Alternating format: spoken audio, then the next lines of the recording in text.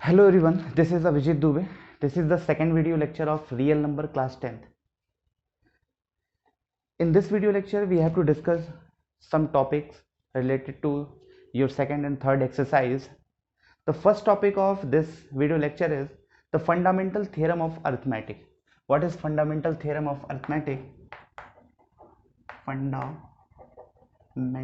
theorem of arithmetic.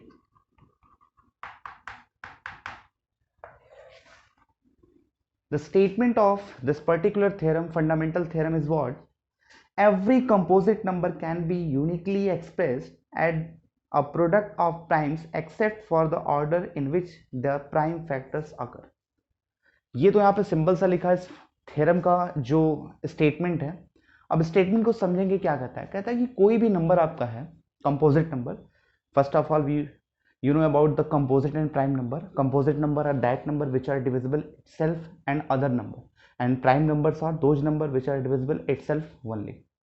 तो composite और prime, composite जो होते हैं वो खुद से डिविजिबल होंगे और भी किसी नंबर से डिविजिबल होंगे, एंड प्राइम नंबर्स ओनली आपके इटसेल्फ डिविजिबल होते हैं. One is neither prime nor composite, ये आपको पता है. तो कहता है कि कोई भी कंपोजिट नंबर है तो आप उसके फैक्टर्स को प्राइम नंबर के फॉर्म में लिख सकते हो. यूनिकली आप उसको एक्सप्रेस कर सकते हो. फॉर एग्जाम्पल एक हमने नंबर लिया 12. You know about 12. 12 is a composite number. The factor of 12 is this. You can write this one. तो ये 2 and 3 का प्राइम फैक्टर है, इसने आपने एक्सप्रेस कर दिया. कोई और दूसरा नंबर हम ले लेते हैं. फॉर एग्जाम्पल हमने ले लिया 105. 105 भी क्या है? ये कंपोजिट है, ये लिख दिया हमने. तो इनके फैक्टर्स के फॉर्म में लिखा 3, 5 and 7 और प्राइम नंबर. तो कोई भी कंपोजिट नंबर होगा, कंपोजिट नंबर को हम प्राइम नंबर के प्रोडक्ट के फॉर्म में लिख सकते हैं. ये आपका होता है फंडामेंटल थ्योरम ऑफ अरिथमेटिक. ये इंपॉर्टेंट है, ऐसे भी आपको पूछा जा सकता है एक नंबर में कि what is fundamental theorem of arithmetic. तो आपको केवल उसका स्टेटमेंट आपको लिखना होता है. नेक्स्ट होता है क्वेश्चन आपसे पूछा जाता है बोर्ड एग्जाम में भी 1 मार्क्स में, कि आप क्या कहते हैं कि शो करना होता है कि जो एक्सप्रेशन है ये आपका कंपोजिट है. जैसे मान लीजिए एक एक्सप्रेशन दे दिया 5, 4, 3, 2, 1 + 3 ऐसे करके दे दिया, और आपसे कह रहा है कि so that this expression is a composite. आपको पता है composite number are those number which are divisible itself and other number. मतलब उसके फैक्टर जो होने चाहिए वो मोर देन 1 होने चाहिए. मतलब इटसेल्फ तो फैक्टर होता ही है, उसके बाद भी उसके फैक्टर्स होने चाहिए. 1 की बात नहीं करेंगे. 1 जो होता है वो ऑलवेज फैक्टर होता है हर एक नंबर का. तो ठीक है, तो यहाँ पे आपको करना क्या होता है, इन दोनों टर्म में से देखना कुछ कॉमन होगा. यहाँ पे क्या मिलेगा 5 × 4 × 2 और यहाँ पे 1. सिंप्लीफाई करेंगे तो 3 × 5 4 जा 20, 22 जा 40 + 1. अब देखना सिंप्लीफाई किया आपने तो 41. इसके 2 फैक्टर मिल गए कि नहीं? मोर देन 1 फैक्टर जब हो गया तो ये कंपोजिट हो गया. तो क्लियरली आप क्या कर सकते हो, कंपोजिट. इस टाइप के क्वेश्चन अगर पूछे जाते हैं तो उसमें क्या होता है, कोई ना कोई टर्म एक कॉमन होता है. फर्स्ट ऑफ ऑल उसको कॉमन करोगे. कॉमन करने के बाद जो आपका नंबर मिलेगा वो 2 नंबर के प्रोडक्ट के फॉर्म में. यहाँ पे देखना एक 3 और ये 41, इसी नंबर का क्या है, ये प्रोडक्ट है. तो इस फैक्टर है, तो फैक्टर क्या हुआ, मोर देन 1 हो गया. तो ये आपका क्या हो गया, कंपोजिट हो गया. अब इसके बाद एक बड़ा इंपॉर्टेंट सा क्वेश्चन आपसे पूछा जाता है, तो हम उस क्वेश्चन को पहले डिस्कस कर लेते हैं. और जितने भी क्वेश्चन आपसे इस रिलेटेड पूछे जाएंगे सबके लिए स्टेटमेंट एक ही होगा, और आपको वो स्टेटमेंट याद रखना है कि कैसे करना है. जैसे मान लीजिए एक क्वेश्चन है, सो दैट एनी नंबर, हम आपकी बुक से ये क्वेश्चन ले लेते हैं. एक क्वेश्चन ये है, so that any number of the form 6⁴n where n belongs to capital N. Capital N का मतलब natural number, can never end with digit 0. ये आपको बताना है. 6⁴n can never end with digit 0 where n belongs to capital N. मतलब क्या हुआ कि 6⁴n है, और n क्या हो सकता है, कोई भी नेचुरल नंबर होता है. Natural number starting from 1 to infinity. तो जब आप n के प्लेस पे कोई वैल्यू पुट करोगे तो वो कभी भी 0 से एंड नहीं होगा. मतलब 6n के प्लेस पे अगर 1 रखते हो तो 6 मिलेगा, 2 रखते हो तो 36, 3 रखोगे 216 4 रखोगे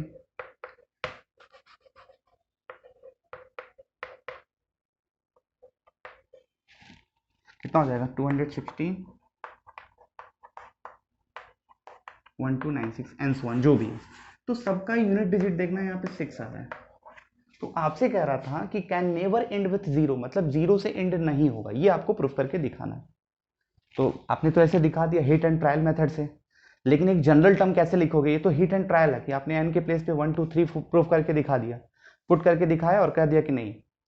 तो ये तब आप यूज करना जब आपको एकदम से स्टेटमेंट याद नहीं आ रहा है। कुछ ऐसे केसेस हो सकते हैं कि आपको स्टेटमेंट नहीं याद है, तो आप ये वाला मेथड अप्लाई कर सकते हैं। बट सबसे पहले जो स्टैंडर्ड जनरल मेथड है वो मेथड आपको लिखना होता है कि what is the method of this, मतलब इसको कैसे आप क्या कहते हैं कि प्रूफ करोगे। तो जीरो कब आएगा? जीरो कब आएगा आपको पता है, 10 टू दी पावर कोई भी नंबर हो, अगर n की बात करें 1 2 3, 10 का power 1 0, 10 to the power 2 100, 10 to the power 3 1000, मतलब ये ऑलवेज एंड विथ जीरो होगा। जीरो से एंड तभी होगा कि जब उसके पास 10 होगा। और 10 आता कैसे है? 10 के जो फैक्टर्स होते हैं वो 2 और 5 होते हैं, ये आपको पता है। तो किसी भी नंबर के हम जीरो की पॉसिबिलिटी की बात करेंगे कि उसका यूनिट डिजिट जीरो होगा, वो कब होगा कि जब उसके पास बेस में 10 हो। 10 हो या हम ये बोल सकते हैं 2 एंड 5 का फैक्टर हो। भाई देखो 10 का कोई भी पावर है तो एंड विथ जीरो हो रहा है, और कोई भी नंबर आप लेके चलोगे तो वहां पे एंड विथ जीरो का केस नहीं आएगा। और 10 को पता है कि 10 के फैक्टर्स क्या होते हैं? 2 एंड 5 होते हैं। 2 एंड 5 का फैक्टर होना चाहिए, 2 एंड 5 का फैक्टर है तो बात बन जाएगी। तो लिखते कैसे हैं? अब कुछ चीजें क्लियर हो गई होंगी कि आप इसको कैसे करोगे। तो क्वेश्चन आपका क्या था? क्वेश्चन मैं पढ़ रहा हूं, so that any number of the form 6 to the power n where n belongs to capital N can never end with zero. Zero से एंड नहीं होगा, ये तो आपने यहाँ पे हिट एंड ट्रायल मेथड से दिखा दिया, लेकिन हम लिखेंगे कैसे? एक्चुअल में इसका जो लिखने का प्रोसेस होगा वो कैसे होगा, तो उसके लिए देखिएगा, लिखिएगा if 6 to the power n, if 6 to the power n and with zero, statement लिखेंगे if 6 to the power n and with zero, it must have factor 2 and 5, it must have factor 2 and 5। अगर वो and हो रहा है zero से तो हमने बताया था 10 होना चाहिए, 10 का मतलब 2 और 5 का फैक्टर होना चाहिए। But 6 to the power n factors are this, लेकिन इसका फैक्टर मिल क्या रहा है? 2 और 3 मिल रहा है। But 6 to the power n is this, आप इसको लिख सकते हो 2 to the power n 3 to the power, so that 2 and 3 are the only prime factor of 2 and 3 are only prime factor of 6 to the power n, 6 to the power n। ठीक है, इतना लिखा। पहले क्या लिखा आपने कि 6 टू द पावर n होना चाहिए। अगर ये होता if 6 to the power n and with digit zero, then it must have factor 2 and 5, 2 और 5 इसका फैक्टर होना चाहिए। बट क्या हुआ? 6 टू द पावर n का फैक्टर क्या है? ये है। तो आपने कहा कि सोच दैट कि इसमें कौन कौन से फैक्टर हैं? 2 एंड 3 प्राइम फैक्टर हैं। तो अब इसके बाद लिखोगे क्या? स्टेटमेंट होगा जो आपने फंडामेंटल थ्योरम ऑफ अरिथमेटिक पढ़ा है उसी का स्टेटमेंट होगा। स्टेटमेंट लिखिएगा, also we know that from the fundamental theorem of arithmetic, the prime factorization of each number is unique, the prime factorization of each number is unique। ये statement बार बार लिखोगे, we know that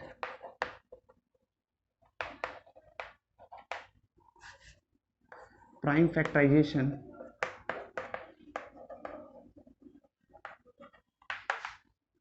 of each number is unique। ये किसके according है? we know that किसके according? Fundamental theorem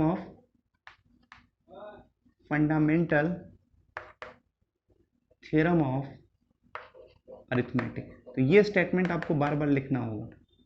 क्या लिखा आपने? we know क्या कहते हैं? also we know that from the fundamental theorem of arithmetic the prime factorization of each number is unique। तो यहाँ पे 5 और 2, 5 इसका फैक्टर नहीं है, सो लास्ट स्टेप क्या होगा, so 5 is not a factor of 6 to the power n। पहले हम 2 और 5 की बात कर रहे थे, 2 और 5 में, लेकिन 2 तो मिला था क्योंकि 6 टू द पावर n का जब आपने फैक्टराइजेशन किया तो 2 टू द पावर n और 3 टू द पावर n मिला, 2 तो मिल गया, कौन नहीं मिला, 5। So 5 is not a factor of 6 to the power n। 5 जो है वो 6 टू द पावर n का फैक्टर नहीं है, तो लास्ट में क्या लिखोगे, hence 6 to the power n can never end with 0। Hence 6 to the power n can never end with 0। थोड़ा सा कंफ्यूजन होगा क्योंकि स्टेटमेंट इसका याद करना, फिर से एक बार बता दे रहा हूँ, उसको समझिएगा। हमसे क्वेश्चन में कह रहा था कि 6 to the power n can never end with 0 होना चाहिए। इसकी एक्चुअल मीनिंग आपने समझ ली कि क्या मतलब क्या रहा है। n के प्लेस पे 1 2 3 पुट करते चले जा रहे हो, इसका यूनिट डिजिट कभी भी 0 नहीं हो रहा है। 0 लाने के लिए क्या होता, हमने कहा था कि 10 का कोई भी पावर रखोगे तो वो ऑलवेज क्या होगा, 0 आएगा, यूनिट, ठीक है। तो 10 कैसे आता है, 10 का फैक्टर जब करोगे तो 2 और 5 होने चाहिए। तो हमने कहा कि अगर if 6 to the power n can end with 0 तो इसके फैक्टर क्या होने चाहिए, 2 and 5। But 6 to the power n का फैक्टर क्या था, 2 और 3 था। 2 तो था, 3 नहीं था। फंडामेंटल थ्योरम ऑफ अरिथमेटिक में आपने पढ़ा था कि ईच नंबर का जो प्राइम फैक्टराइजेशन होता है वो यूनिक होता है, तो यूनिक इसके फैक्टराइजेशन होंगे। 5 नहीं है, इस फैक्टर में 5 नहीं है, तो इसका मतलब क्या हुआ, 6 टू द पावर, लास्ट में आपने लिखा hence 6 to the power n can never end with digit 0। अब इसी तरह कोई भी आ जाए, 4 टू द पावर n आ जाए, 7 टू द पावर n आ जाए, 9 टू द पावर n आ जाए, 6 टू द पावर हो गया, 12 टू द पावर n आ जाए, तो आपको बार बार कॉन्सेप्ट वही लिखना है कि यूनिट डिजिट उसका 0 तभी आएगा जब उसका 10 होगा बेस, और 10 बेस का मतलब 2 एंड 5 के फैक्टर होने चाहिए। अगर 2 और 5 में से कोई एक नहीं होगा तो वो नहीं होगा, अगर है तो वो हो जाएगा आपका यूनिट डिजिट 0 हो जाएगा। तो इस तरीके से हमने ये क्वेश्चन पढ़ा, ये बड़ा इंपॉर्टेंट है, इस टाइप के क्वेश्चन आपसे पूछे जाते हैं। अब इसके बाद जो टॉपिक होगा आपका एलसीएम और HCF with the help of prime factorization method. Prime factorization method के हेल्प से आपको एचसीएफ और एलसीएम फाइंड करना है। वो कैसे करोगे, तो सबसे पहले आपको एचसीएफ एंड एलसीएम की बेसिक कॉन्सेप्ट क्लियर होनी चाहिए। What is the HCF and LCM of HCF? Name of this, HCF is highest common factor and LCM is least common multiple. आप यहाँ पे एग्जांपल ले लो, 12, 16 एंड 20, ये 3 नंबर है। 12 का फैक्टराइजेशन करोगे तो ये मिलेगा, 16 का करोगे तो, और 20 का करोगे तो, ठीक है, ये हमने देख लिया। एचसीएफ जब निकालते हो आप तो करते क्या हो, इसका एक ऐसा नंबर सेलेक्ट करते हो जो ऑल प्लेसेस पे कॉमन हो, मतलब ऐसे नंबर का कलेक्शन जो ऑल प्लेसेस पे कॉमन है। तो देखो यहाँ पे 2 जो है वो ऑल प्लेसेस पे कॉमन है, ये 2 भी कॉमन है, और कोई नंबर तो है नहीं, तो इसका जो एचसीएफ हो जाएगा वो 4 होगा। पर जब हम एलसीएम की बात करेंगे तो एलसीएम जो होता है वो कॉमन टर्म, मतलब 4 है ही, मतलब एचसीएफ, उसके बाद जो बचे हुए टर्म है, बचा कौन है, 3, यहाँ पे 2 2 बचा है, और यहाँ पे 5, मतलब ये दोनों तो कॉमन है, ये 3 बचा था, 2 टाइम्स 2 बचा था, और 5 मल्टीप्लाई करोगे कितना हो जाएगा, 20, ये हो जाएगा 240। ये एचसीएफ और एलसीएम आपने लोअर क्लासेस में भी पढ़ा होगा, 6 7 8 में भी पढ़ा होगा, तो ये चीजें हो गई। अब इसका एक्चुअल मीनिंग क्या होता है, एचसीएफ किसी नंबर का आप निकालते हो, किसी नंबर का एलसीएम निकालते हो, तो ये आपको पता होना चाहिए कैसे निकलता है, क्या चीज़ है उसका मीनिंग। हमने इन तीनों नंबर का एचसीएफ निकाला तो 4 आया, और एलसीएम निकाला तो ये आया। अब इसमें थोड़ी सी कंफ्यूजन है कि भाई आपने निकाल दिया, अब उसका कुछ रिलेशन है क्या गिवन नंबर के साथ। तो देखो, जब एचसीएफ आप निकालते हो तो एचसीएफ का मतलब होता है कि जो गिवन नंबर है वो एचसीएफ से कंप्लीटली डिविजिबल होता है। क्या होता है, एचसीएफ से गिवन नंबर कंप्लीटली डिविजिबल होता है। ये क्लियर हो गया। जब आपने नंबर्स का एचसीएफ और एलसीएम निकाला तो क्या रिलेशन यहाँ से निकल के आता है कि given number is always divisible by HCF. HCF से देखो कंप्लीटली डिविजिबल है, ठीक है। और जब एलसीएम की बात करते हो आप, ये एलसीएम है 240, तो एलसीएम जो होता है वो गिवन नंबर से ऑलवेज डिविजिबल होगा। मतलब देखना, एचसीएफ के केस में नंबर एचसीएफ से डिविजिबल होगा और एलसीएम के केस में एलसीएम गिवन नंबर से डिविजिबल होगा। फिर से देखिए, एचसीएफ के केस में नंबर एचसीएफ से डिविजिबल होगा और एलसीएम के केस में नंबर एलसीएम गिवन नंबर से डिविजिबल होगा। देखो ये कंप्लीटली डिविजिबल होगा, ये हो गया, ये इसका मीनिंग होता है एचसीएफ और एलसीएम का। अब इसके बाद एक इंपॉर्टेंट रिजल्ट देख लेते हैं कि अगर आपके पास 2 नंबर्स है, उनके एचसीएफ और एलसीएम है, तो इन चारों के बीच में एक रिलेशन एग्जिस्ट करता है। Suppose that A and B are 2 numbers and their HCF is H and LCM is L. Then the relation between 4 terms is this: A into B is equal to H into L. Means product of number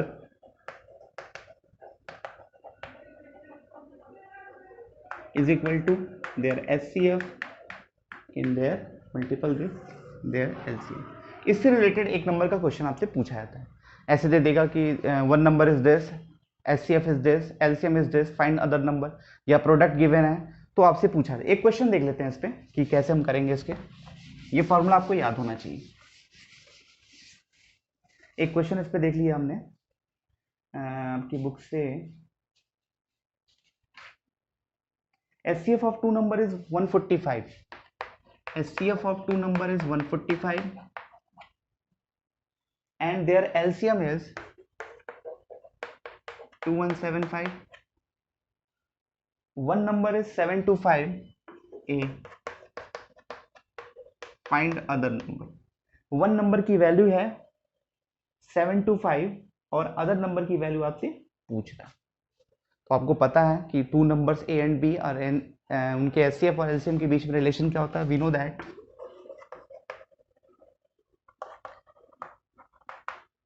A into B is equal to H into L। A क्या है 725, second number letter suppose B, HCF is 145, LCM is 2175। तो divide करते हैं, 5 से कितनी time में जाएगा, 5 1 जा 5, 5 4 जा 20,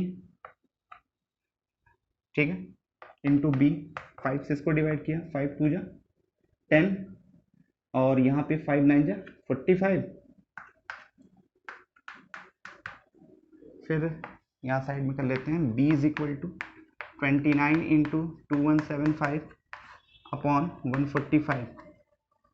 फिर 5 से डिवाइड किया 29 टाइम में, ये 5 4 जा 20, 5 3 जा 15, 5 5 जा 25, 29 29 कैंसिल, तो सेकेंड नंबर इज व्हाट 435। तो इसके रिस्पेक्ट में आप अनदर वैल्यू भी आप इजिली फाइंड कर सकते हो। क्वेश्चन आपसे पूछा जाएगा कि 1 नंबर या प्रोडक्ट गिवन होगा, एचसीएफ गिवन होगा तो एलसीएम पूछ सकता है, या 1 नंबर अननोन है, ऐसे करके क्वेश्चन आपसे पूछे जाते हैं। तो ये सिंपल सा है, रिलेशन आपको पता होना चाहिए। Product of the numbers is equal to product of their HCF and LCM. इसका यूज करके आप इस पे कोई रिलेटेड क्वेश्चन कर सकते हो। अब इससे इस एक्सरसाइज से रिलेटेड कुछ क्वेश्चंस को देख लेते हैं। जो कॉन्सेप्ट आपने एलसीएम और एचसीएफ का पढ़ा, आपकी बुक से कुछ क्वेश्चन देख लेते हैं। एक क्वेश्चन आपकी एक्सरसाइज सेकंड से, find the largest number which when divided 438 and 606 leaving reminder 6 in each case. ठीक है, तो एचसीएफ का मतलब होता है हाईएस्ट कॉमन फैक्टर और एलसीएम का मतलब लीस्ट कॉमन मल्टीपल। तो जब भी हाईएस्ट लार्जेस्ट की बात करता है तो उस केस में, मैक्सिमम केसेस में वो एचसीएफ की बात करता है, और लोएस्ट जब लीस्ट की बात करता है तो वो एलसीएम की बात करता है। यहाँ पे कह रहा है कि वो आपको पता करना है find the largest number which divide this. तो आपने जो बेसिक मतलब था एचसीएफ और एलसीएम का वो आपको बताया था कि एचसीएफ क्या करता है, गिवन नंबर को डिवाइड करता है, पता है, और एलसीएम में क्या होता है, एलसीएम जो है वो एलसीएम को गिवन नंबर डिवाइड करता है। मतलब अगर हमारे पास 2 नंबर ए और बी है, इनका एचसीएफ एच है और इनका एलसीएम अगर एल है, तो एचसीएफ वाला एचसीएफ क्या करता है, ए को भी डिवाइड करेगा और बी को भी डिवाइड करेगा। बट एलसीएम वाले केस में क्या होगा, एलसीएम जो होगा वो सेपरेटली नंबर से डिविजिबल होता है, ये आपको पता है। तो यहाँ पे कह रहा है कि वो ग्रेटेस्ट नंबर बताना है जो इन सारे नंबर को डिवाइड करे और 6 रिमाइंडर देता है ईच केस में। तो आप आई होप कि समझ में आ गया होगा कि हमको एचसीएफ ही निकालना है। इन दोनों को डिवाइड कौन करेगा, एचसीएफ ही तो डिवाइड करेगा। और एलसीएम के केस में क्या होता है, ये नंबर उसको डिवाइड करते हैं। तो पूछ रहा है कि वो ग्रेटेस्ट नंबर बताइए जो इसको डिवाइड कर रहे हैं, तो एचसीएफ निकालना है। 6 ईच केस में रिमाइंडर आ रहा है, 6 ईच केस में रिमाइंडर आ रहा है, तो हम कर सकते हैं क्या, इसमें से भी 6 माइनस कर लिया और इसमें से भी 6 माइनस कर लिया। इसका मतलब क्या हुआ, ये और ये नंबर उस पर्टिकुलर नंबर से कंप्लीटली डिविजिबल होगा, यही तो मतलब हुआ।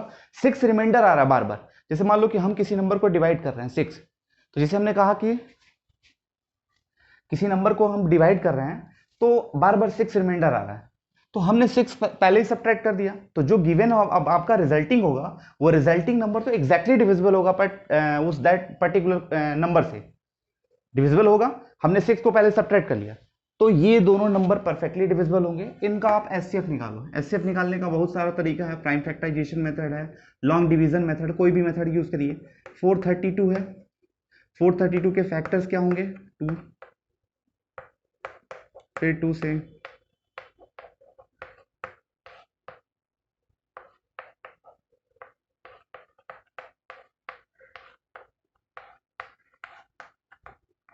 ये फैक्टर हो गए, और 600 के फैक्टर क्या हो गए, 2 से 300,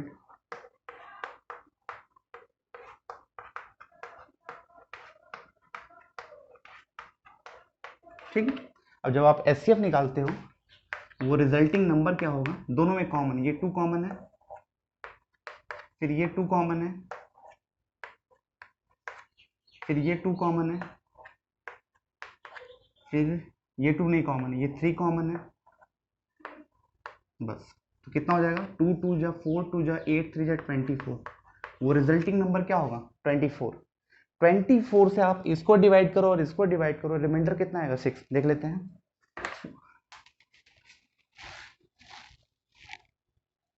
438 को डिवाइड करते हैं 24 से, यह रहेगा आपका 9। कितनी बार में आएगा,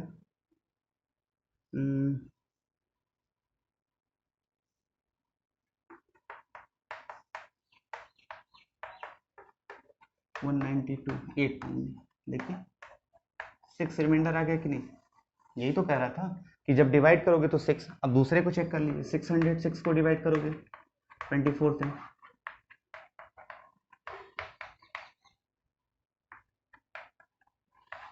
यहाँ पर भी 6 रिमाइंडर। ये क्रॉस चेक किया, ये आप बताना की जो जरूरत नहीं है। तो पहले अंडरस्टैंडिंग होनी चाहिए क्वेश्चन में, भाई करना क्या है। अब ये नहीं कि हम केवल और केवल आंख बंद करके फॉर्मूला यूज कर रहे हैं। भाई कह रहा था वो ग्रेटेस्ट नंबर बताओ जो इसको डिवाइड करेगा। इसको कौन डिवाइड करता है, एचसीएफ की एलसीएम, एचसीएफ। तो डिवाइड किया, 6 रिमाइंडर इन ईच केस आ रहा है, तो 6 हमने पहले माइनस कर लिया, इसका मतलब वो नंबर पर्टिकुलर कंप्लीटली नंबर से डिविजिबल होगा। हमने निकाल दिया 24, चेक कर लिया क्रॉस चेक। ये दिखाओ या ना दिखाओ उससे कोई मतलब नहीं है, ये हम बस आपको समझाने के लिए किया था। तो आई होप कि ये चीज क्लियर हो गई होगी। अब आपकी बुक का एक दूसरा क्वेश्चन देख लेते हैं। ये तो एचसीएफ के लिए पढ़ा। अब देखिए क्वेश्चन नंबर 10 दिया है, find the least number which when divided by 35, 56 and 91 leaves the remainder 7 in each case, leaves the remainder 7 in each case। अब ध्यान से देखना, पहले वाले क्वेश्चन के स्टेटमेंट में और यहाँ पे क्या डिफरेंस। यहाँ पे कह रहा है find the least number which when divided by, मतलब वो नंबर को इससे डिवाइड कर रहे हो, उस पर्टिकुलर नंबर को इससे डिवाइड कर रहे हो और लीस्ट की बात कर रहा है। तो आप कंफर्म हो कि यहाँ पे क्या निकालना है, एलसीएम। क्योंकि एलसीएम को आप गिवन नंबर से डिवाइड करते हो और एचसीएफ में क्या होता है, नंबर को एचसीएफ से डिवाइड करते हैं। तो कंफर्म है कि एलसीएम निकालना है। 7 ईच केस में आपका रिमाइंडर आना चाहिए। तो भाई इन तीनों का जो होगा आप पहले एलसीएम निकाल लो। मतलब एलसीएम जो आएगा उससे 35, उससे 56, उससे 91 तो कंप्लीटली डिविजिबल होगा। बात समझ में आ रही है मेरी। हमको निकालना है एलसीएम, ये तो मुझे क्लियर हो गया। तो एलसीएम जो निकालोगे उससे सेपरेटली 35, 56 एंड 91 ये ऑल नंबर्स क्या होंगे, डिविजिबल होंगे, बट आपको 7 ईच केस में क्या करना है, रिमाइंडर दिखाना है। तो एलसीएम निकाल दो, उसमें 7 ऐड कर दो। भाई एलसीएम होगा कंप्लीटली डिविजिबल, हमको 7 रिमाइंडर लिखाना है, तो 7 रिमाइंडर दिखाने के लिए आप 7 ऐड कर देना, तो ऑलवेज क्या होगा, 7 रिमाइंडर आपका आएगा। तो सबसे पहले आप एलसीएम निकाल लो। एलसीएम निकालने आता है 35, 56, 91। किससे कैंसिल होगा, 5 से,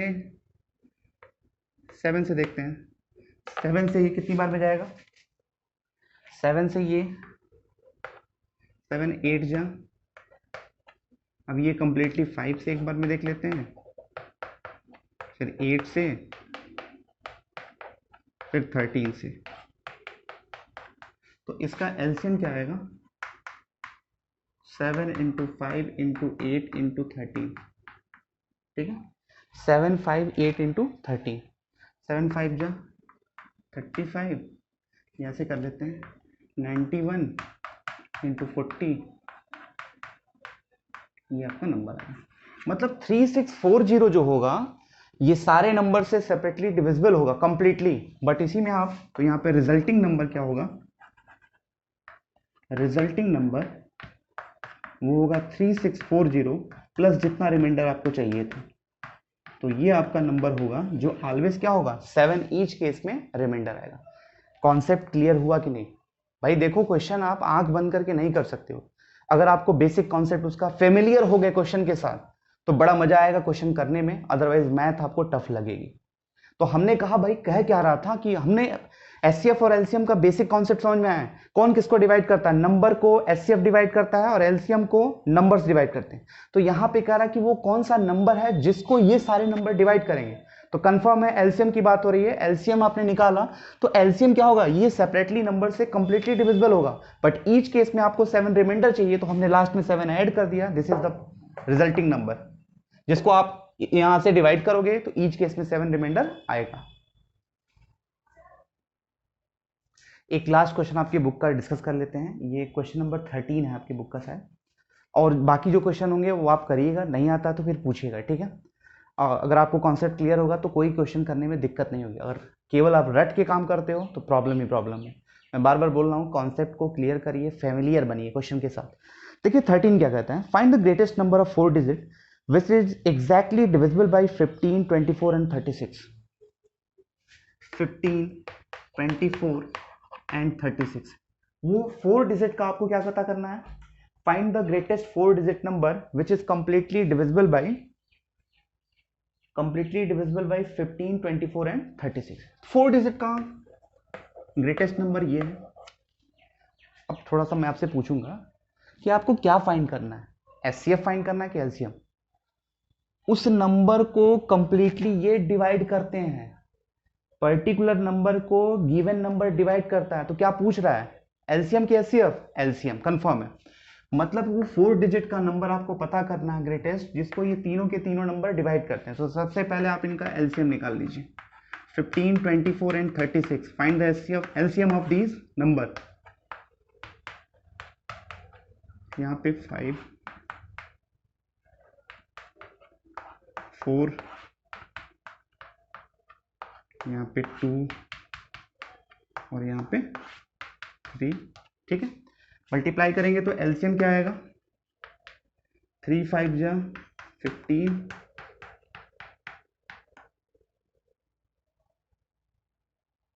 यहाँ पे 5 3 जा 15, 4 2 जा 8 3 जा 24, 15 × 24 साइड में मल्टीप्लाई कर लेते हैं,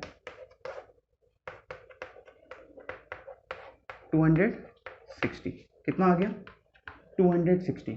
इसका जो एलसीएम होगा वो एलसीएम कितना आ गया, एलसीएम आ गया आपका 260। एक बार चेक कर लेते हैं, 260 है, सॉरी 360 है,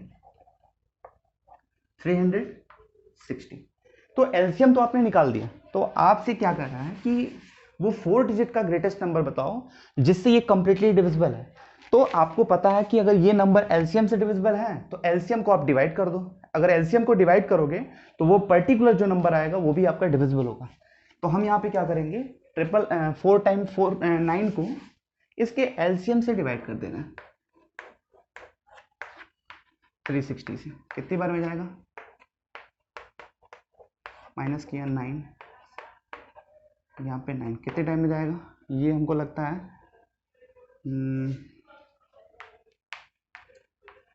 8 टाइम में।